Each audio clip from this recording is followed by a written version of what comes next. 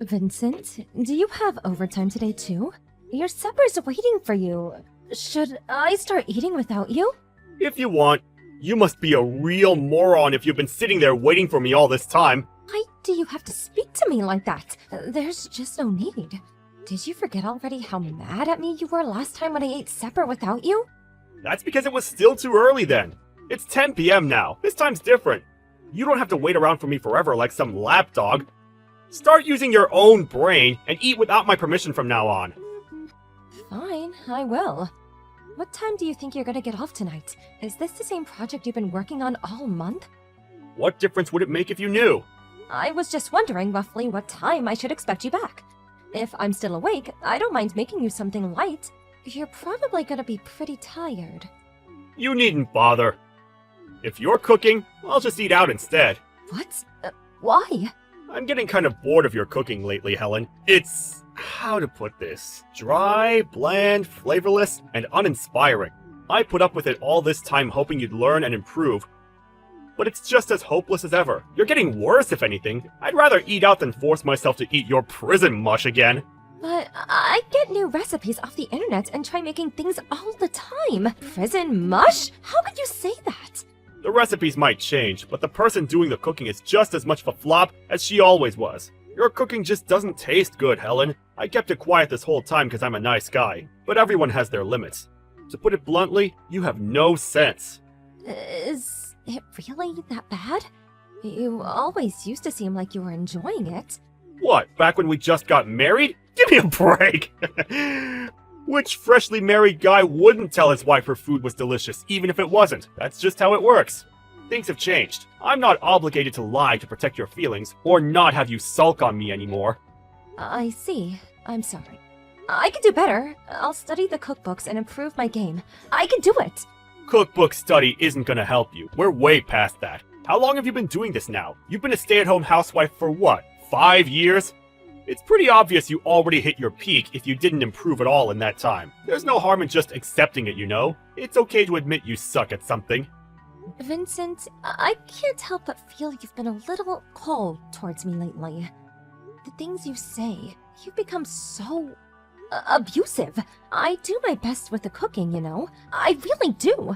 I know you work hard, and I always try to make sure you have something you enjoy waiting for you on the table when you get home. You don't have to speak to me like that. It's like I'm not even human. And it's not just the cooking. You're getting old, too. Well, I guess I'm 30 now. I thought you were a real cutie back when you had your youthful good looks. But now, you're just a worn-out hag in her 30s. It's actually kind of sad to see how much your looks have deteriorated. That said, that's no excuse for rudeness. Mom and Dad always taught me to respect the elderly, so of course I'm gonna be super nice to you as always. Wow, Vincent, you're a real charmer. A worn-out old hag. You're hardly one to talk, are you? If you're gonna say that about me, I could just easily call you an old man, you know. You idiot! A man is like a fine wine. He grows in value as he ages. I'm only gonna keep getting more attractive from here on out. Women, on the other hand, and I'm really sorry to have to tell you this, sweet cheeks, lose value with every day that passes by. Without your looks to rely on, you're nothing. You really should understand this by now. I had no idea you felt that way about women. This ain't just how I feel, babe. This is how all men feel deep down. Wanna know why? 'Cause it's the truth! Not only that, but you're a stay-at-home housewife, which makes your value to society lower than a piece of garbage! Garbage? Don't you think that's going a little too far? My god, you're horrible! Besides, you're the one who wanted me to become a stay-at-home housewife in the first place! You practically begged me! It's not like I wanted to stop working and dedicate my entire life to being your live-in slave. Slave? Don't make me laugh! If you wanted to keep your job so damn bad, why did you resign as soon as I asked you to? Your life has been a breeze ever since. Seriously, you never had it so good, and you have the nerve to complain? Get out of here! I resigned because you said you wanted me to focus on the housework, and I wanted to make you happy. Plus, your mom and dad were always opposed to us both working, and I didn't want to rock the boat. It wasn't an easy decision, I could assure you. You have no idea how many sleepless nights I had in the run-up to actually handing in my resignation. You still did it though, and it was ultimately your decision. Stop trying to blame everything on me. You act like you have no free will of your own. If my parents told you to jump off a cliff, would you do that? Yeah, you know what? If we're gonna have this goddamn waste of energy discussion, I may as well make it known what a complete waste of space loser you are. How do you like them apples, huh? You're nothing without me, you hear me? I've met slugs more productive than you. There goes that famous charm of yours again. If I'm so useless, why were you so desperate for me to become a housewife? If you're gonna treat me like dirt, then I'll just go back to work. Oh, no you don't. The housework ain't gonna do itself, woman. Do it yourself. You really think I've got enough free time to be doing your job as well as my own? I'm a busy guy, Helen. Then, what is it gonna take to make you happy? What happened to you, Vincent? What happened to the Vincent I fell in love with? You never used to be this cold, heartless brute. You've changed too, Helen. Huh? Your face is all saggy now. You have wrinkles around your mouth, too. What happened to my submissive, obedient Helen? And what the hell did I do to deserve this sassy bitch queen who thinks she has to talk back to me every time I speak? You don't have to answer. I know it's because you turned into a jaded old hag. Oh my god. Are you saying the only value I ever had to you was my youth? I mean, I never put it as bluntly as that. But if that's what you think, then I'm not gonna argue over it.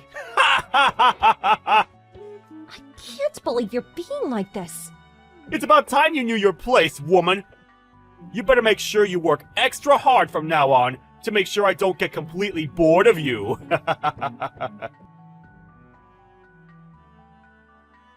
Vincent, it's about the divorce papers you slammed on a table while I was eating my sugar loops in the morning. Did you sign them? Not yet. Why not? Be a darling and hurry up and get it done. Don't tell me you plan on clinging to me. We're finished. Accept it. I can't believe you do this on my birthday of all days. How could you be so heartless? I want a divorce. Whether it's your birthday or not doesn't change that. I'm not gonna play games with you. You'll get no fake kindness or insincerity from me. It might not feel great, but at least you know where you stand. Look on the bright side. Me being a heartless douchebag should make this a whole lot easier to go through with it. On the part where it says reason for divorce, you wrote because I'm 30? That's why you're divorcing me? Well... It's not exactly like that. But look, I can't deny it. Attraction is important in a relationship, babe. And to tell you the truth, old ladies just don't do it for me. So a 30-year-old is just an old hag to you? Face it, we're just not gonna see eye to eye on this. This is a fundamental difference in the way we view the world.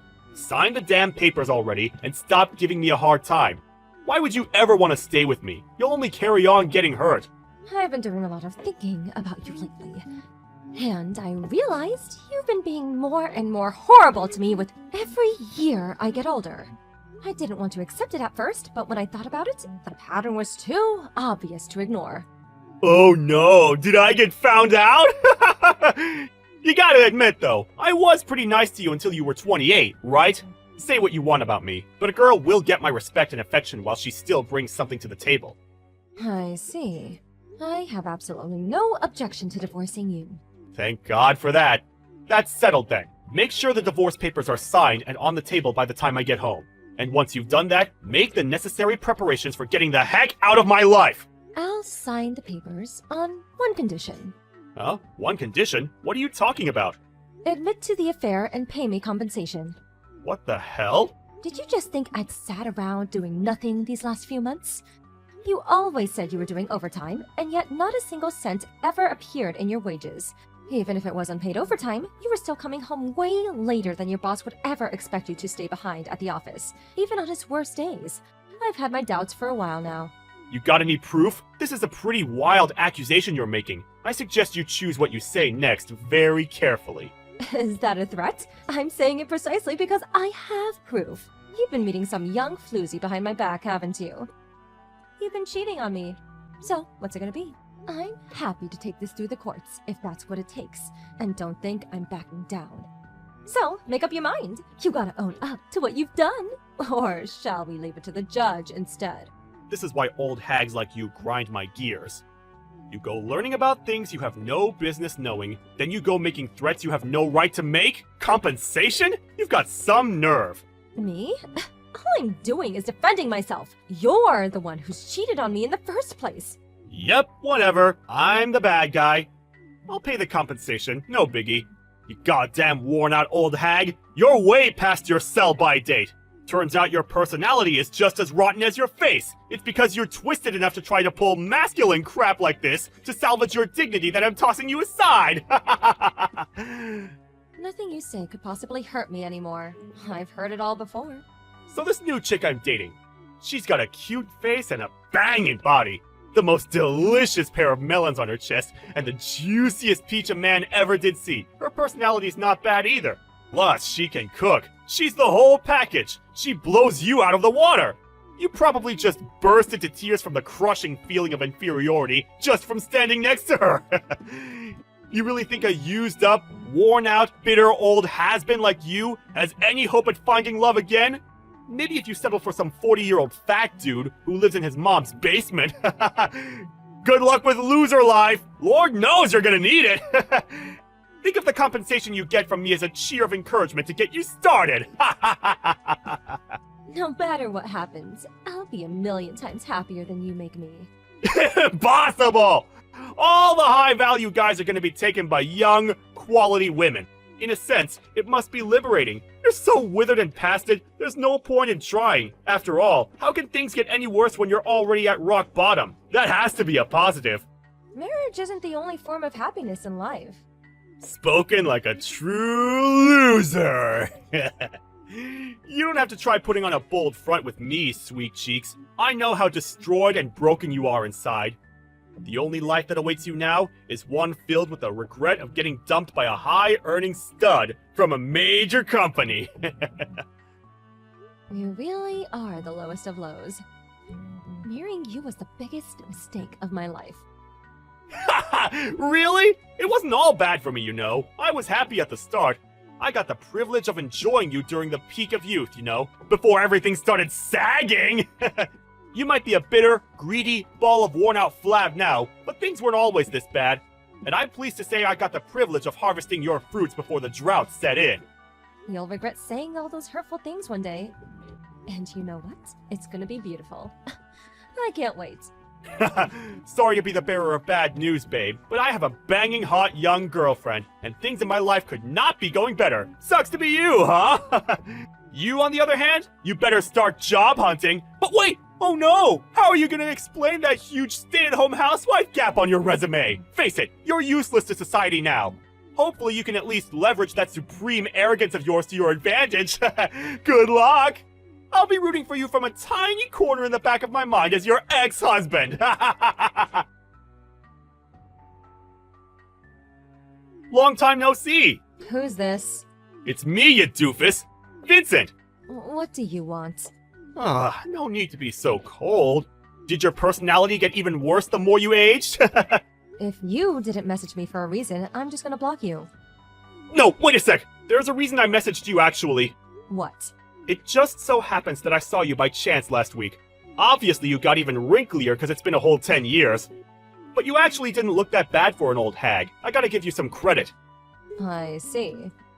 Then when I brought you up with a shared acquaintance of ours, she told me you were the CEO of a company now. My jaw nearly hit the floor. You sure came a long way since your days of being a piece of garbage. By being a piece of garbage, I take it you mean stay-at-home housewife? You're working now, so surely you understand. How useless and unproductive someone who's only capable of doing housework is, I mean. What a drain on society. Doesn't it just make you sick? You were young back then, so I guess I can forgive you. I think a housewife's job is just as worthy of respect and admiration as any others. Oh yeah, that reminds me. I heard you made a company that employs housewives? What was it again? Housekeeping services? I knew it as soon as I heard. You only did it to spite me. It's obvious! Sorry, Vincent, but this conversation isn't productive enough for me to continue engaging with. So rather than entertaining your fatuous nonsense for a second longer, how about you tell me who it was that you gave my contact information? Elena, You know, the one who managed that corporate event you and I met at all those years back? Why would Elena do that? She's the last person in the world I'd expect to leak my details to you. Me and some of the guys at work, we threw a big drinking party with one of our major clients the other day, and Elena tagged along. I may have borrowed her phone while she went to the toilet and had a little peek. Well, I see you're just as much of a scumbag as you always were. What was I supposed to do? You didn't tell me anything about you being a CEO now. So I had a little peek, that's all. What's the harm? She didn't even know. I really wanted to talk to you, so I had no choice.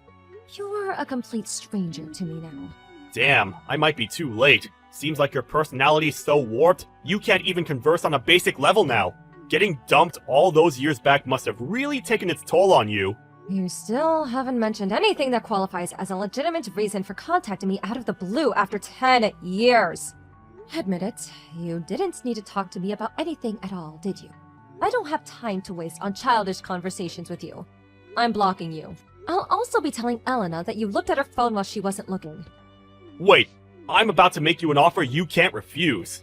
An offer I can't refuse? You're 40 now, right? You did pretty well to become a CEO, I'll give you that. But no matter how well your work life is going, your private life must be pretty lonely, right? Excuse me? You looked somehow tired of everything when I saw you. I thought you might be in need of a little action, if you catch my drift. Well, I just want you to know that I'm willing to step up to the task. I can be your guy. What are you talking about? Let's face it, you're old, you're dried up, and you probably get less action than a comic book enthusiast. How long has it been? Years? A decade? Well, in my infinite kindness and benevolence, I'm willing to satisfy your needs for the low, low price of $750 a time. How does that sound? You know it's the best you're gonna get, so don't even bother pretending to be shocked. I know you like the back of my hand, inside and out, every solitary crevice, every hidden nook and cranny. So leave everything to me, sweet cheeks. Your mind, your body, your soul, I've got you covered. Gross. It's actually impressive how shamelessly you're able to say such disgusting things. Oh, my husband says you're to go to the CEO's office first thing tomorrow morning. Go up to the rating room as soon as you get to the office. Huh?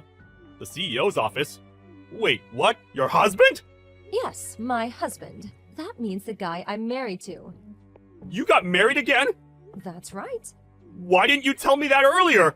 I only volunteered because I felt bad thinking you were a lonely spinster. I'm not interested in some old hag's wife. You're the one who assumed I was single despite knowing nothing about me anymore. Well, anyone who'd marry you can't be all that much. Who is he? Some basement-dwelling nerd? A homeless guy? A drug addict? No self-respecting man would marry a worn-out 40-year-old divorcee. He's probably fat and bald, or old, or all of the above. I know it! Did you forget what I just told you? Huh? What are you talking about? I said you're to go to the CEO's office as soon as you get to work in the morning. Why would I have to go to the CEO's office? Stop talking crap! Oh no, you're not getting Alzheimer's too, are you? The last thing you need is your wits going the same way as your looks, but I guess it was inevitable. Stop talking crap, you pathetic old bat! My husband is the CEO of your company. Huh? Does the name Alvin Mosk ring a bell? Well, he's my husband now. He's also watching this entire conversation. Gah! You're joking, aren't you? Yes, you have to be. This is all just one big, silly joke, isn't it? Tell me it is. It isn't. That's why Alvin wants to see you in his office first thing tomorrow morning. You hurled your fair share of malicious abuse at me, and you will be punished accordingly. Helen! I'm so sorry! I don't know what came over me! You see, I've had a fever these last few days, and I haven't been feeling myself. I think I need a warm drink and some rest. I really am sorry, and by that I mean super sorry! Did I mention how sorry I am? And Mr. Mosk, sir, please forgive me for my disgraceful behavior. The things I said about your beautiful, kind, intelligent wife, there's just no forgiving them. I don't know what came over me! It's too late. No, please! There was no ill will behind any of it! Are you really claiming you said everything you did with no ill will? That's not gonna fly with me. Regardless, whether there was ill will or not, you said what you said, and the consequences will be what they will be. Nothing changes. I'm so sorry! Look, to tell you the truth, my life hasn't been going so well lately. I've had all this pent-up frustration, and when I heard about how well you were doing, I took my anger out on you. Do I look like your punching bag?